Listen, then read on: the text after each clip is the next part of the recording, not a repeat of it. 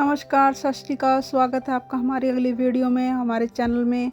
तो गाइज़, आप ये जो सुंदर तस्वीर देख रहे हो, ये है गुरुद्वारा श्री नाडा साहिब और ये चंडीगढ़ से केवल 15 से 20 मिनट की दूरी पे है। पंचकुला डिस्ट्रिक्ट में पड़ता है।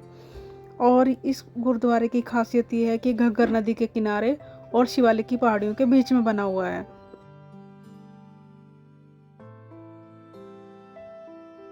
आगे हम इस ब्लॉग में बात करेंगे कि आप यहाँ कैसे पहुँच सकते हैं और इस गुरुद्वारे की खासियत क्या है, इस गुरुद्वारे का इतिहास क्या है। चलिए हमारे साथ बने रहिए हमारी वीडियो में। और अगर आपको वीडियो अच्छी लगेगी तो चैनल को लाइक करें, सब्सक्राइब करें और कमेंट ज़रूर करें। हम अब आपको बताते हैं इस गुरुद्वारे की खासियत क्या है। गुरुद्वारे की जो वास्तुकला है, विशाल गुंबद जो बने हुए हैं, शानदार दरबार हॉल है यहाँ का। और गुरुद्वारे के प्रांगण में ही निशान साहिब यानी पवित्र जो झंडा होता है वो बना हुआ है, जो दूर से दिखाई देता है। और इसका जो मतलब वातावरण होता है बहुत ही अच्छा होता है, क्योंकि घग्गर नदी के किनारे है और शिवालिक की पहाड़ियों के बीच में बना हुआ है। इस गुरुद्वारे की खासियत यह है कि हर महीने की पूर्णिमा के दिन यहाँ भारी संख्या में संगत आती है, क्योंकि सिख धर्म में मान्यता है कि पूर्णिमा के दिन अगर यहाँ पे आके मत्था टेकते हैं, दर्शन करते हैं, तो उनकी मनोकामनाएं पूर्ण होती है और मानसिक शांति मिलती है। तो अब आगे बात करते हैं इस गुरुद्वारे के इतिहास के बारे में। वर्ष 1688 में गुरु गोबिंद सिंह जी ने भंगानी का युद्ध जीता था। यह युद्ध गुरुजी और पहाड़ी राजाओं के गठबंधन के बीच हुआ था। जब गुरुजी ये युद्ध जीत गए थे, उसके बाद गुरुजी अपनी सेना के साथ आनंदपुर साहिब लौट रहे थे। वापसी की यात्रा के दौरान गुरुजी की जो सेना थी वो शिवालिक की पहाड़ियों के जो तलहटी है घग्गर नदी के किनारे रुकी थी। उस समय यह जो क्षेत्र था बहुत ही घना और जंगली था। गुरुजी ने यहाँ विश्राम किया और अपने सैनिकों को बोला कि आप यहाँ पे आराम करें। इस क्षेत्र में एक नाडा शाह नाम का एक व्यक्ति रहता था, जो बहुत ही सरल और ईश्वर का भक्त था। जब उसे पता चला कि गुरु गोबिंद सिंह जी यहाँ अपनी सेना के साथ रुके हुए हैं, तो वो उनके दर्शन के लिए वहाँ पहुँच गया। नाडा शाह जी ने गुरुजी और उनकी पूरी सेना की निस्वार्थ भाव से सेवा की। उसने जो कुछ भी उसके पास था, भोजन और संसाधन जो भी थे, उसने अपने गुरुजी और उनके सैनिकों के लिए समर्पित कर दिए। अब नाडा शाह जी की इस असीम भक्ति और सेवा भावना से गुरु गोबिंद सिंह जी बहुत खुश हुए। उन्होंने उसे आशीर्वाद दिया और यह स्थान जो है उन्हीं के नाम से जाना जाता है। उस भविष्य में यहाँ से आने वाली हर संगत को सुख शांति प्राप्त होगी। यह है गुरु गोबिंद सिंह जी के शब्द थे। और समय के साथ साथ वहाँ स्थान जहाँ गुरुजी रुके थे वो जंगलों में छिप गया और लोग उस स्थान को भूल गए। कई दशकों तक यह जो स्थान था वो रहस्यमय बना हुआ था। और बहुत समय बाद भाई मोथा सिंह नाम के ग्रामीण थे इस स्थान की पहचान की। कहा जाता है कि वह व्यक्ति जो था वो गुरुजी से इतना प्रभावित था कि उसने उस स्थान को साफ किया, एक छोटा सा मंजी साहब बनाया जिसे ऊंचा चबूतरा भी कहते हैं, ताकि वहाँ लोग गुरुजी को याद कर सकें और उनकी श्रद्धा पूजा कर सकें। और इस छोटे से चबूतरे के स्थान पर वर्तमान में स्थित भव्य गुरुद्वारे का निर्माण हुआ।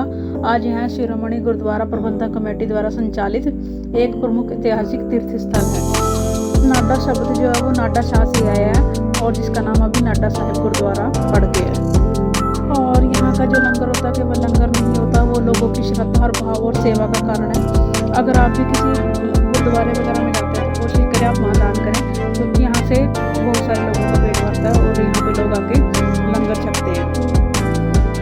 नाडा साहिब गुरुद्वारे के ठीक सामने आसपास बहुत बड़े कमर्शियल माल या मार्केट नहीं है, क्योंकि यह एक शांत और आध्यात्मिक स्थान है। हालांकि वहाँ कुछ जरूरी चीज़ें स्थानीय अनुभव के लिए व्यवस्था की गई है। गुरुद्वारे के बाहर आपको छोटी छोटी दुकानें मिल जाएंगी, जहाँ से आप पूजा पाठ या सामग्री का सामान ले सकते हैं।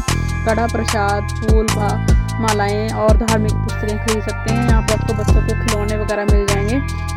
और कुछ स्थानीय स्टॉल भी हैं जहाँ पे जैसे आप चाय पकौड़े और स्नैक्स वगैरह जो मिल जाएंगे, जो यात्रा के दौरान काफ़ी अच्छे होते हैं। और इस गुरुद्वारे में पहुंचने की सबसे बड़ी खासियत यह है कि आपको अपनी पर्सनल गाड़ियों के लिए कहीं दूर पार्किंग में नहीं जाना पड़ता। गुरुद्वारे के प्रांगण में ही आप अपनी गाड़ियां पार्क कर सकते हैं। और इस गुरुद्वारे का अगर आपको बहुत ही सुंदर व्यू लेना है तो गुरुद्वारे की जो पार्किंग है, पार्किंग के सामने ही बहुत अच्छी सीढ़ियाँ बनी हुई है और सीढ़ियों पर जाके आप गुरुद्वारे का पूरा व्यू देख सकते हैं, जहाँ से आपको पूरा गुरुद्वारा दिखाई देगा। और गुरुद्वारे के सामने ही देखिए सबकी गाड़ियाँ खड़ी हुई हैं। यहाँ से गुरुद्वारा बहुत ही सुंदर दिखता है। चलिए जी, हमने किए थे दर्शन। गुरुद्वारे में माथा टेकना एक तरफ है, लेकिन यहाँ के लंगर हॉल में सेवा करना और बहुत ही सुकून देता है गाइज। अगर आप भी यहाँ पे आएँ तो आप सेवा ज़रूर करें, दान करें, दक्षिणा दें, क्योंकि यहाँ पे लोगों के लिए, इतने लोगों के लिए यहाँ पे लंगर चलाया जाता है, जो बहुत ही अच्छी बात है। गुरुद्वारे में दर्शन करने के बाद आप कुछ देर बाहर बैठ सकते हैं। बहुत ठंडी हवा चल रही होती है और जो दिमाग को बहुत ही सुकून देने वाली होती है। अगर आप भी नाडा साहिब आना चाहते हैं तो मेरी टिप याद रखिएगा, कोशिश करें कि आप पूर्णिमा की शाम को आएँ, या सुबह और शाम का समय ही बहुत अच्छा रहेगा। उस समय यहाँ का नज़ारा बहुत ही अच्छा होता है, भीड़ भी कम होती है। और इस तरह की खूबसूरत वीडियो और नज़ारों के लिए मुझे फॉलो करें, कमेंट करें, लाइक करें, सब्सक्राइब करें। एक के इस सुकून भरे सफ़र के बाद अब मैं निकल रही हूँ अपनी अगली यात्रा के लिए। और अगर आप भी हमारी अगली यात्रा देखना चाहते हैं तो चैनल को ज़रूर सब्सक्राइब करें। अगली वीडियो में हम आपको बताएंगे कि हम किस सफ़र पर जा रहे हैं, और अगला हमारा सफ़र बहुत ही रोमांचक होने वाला है गाइस। तो मिलते हैं हमारे अगले वीडियो में। Thank you, bye bye, keep safe, keep healthy wealthy, और मिलते हैं हमारी अगली वीडियो में। तब तक के लिए बाय बाय।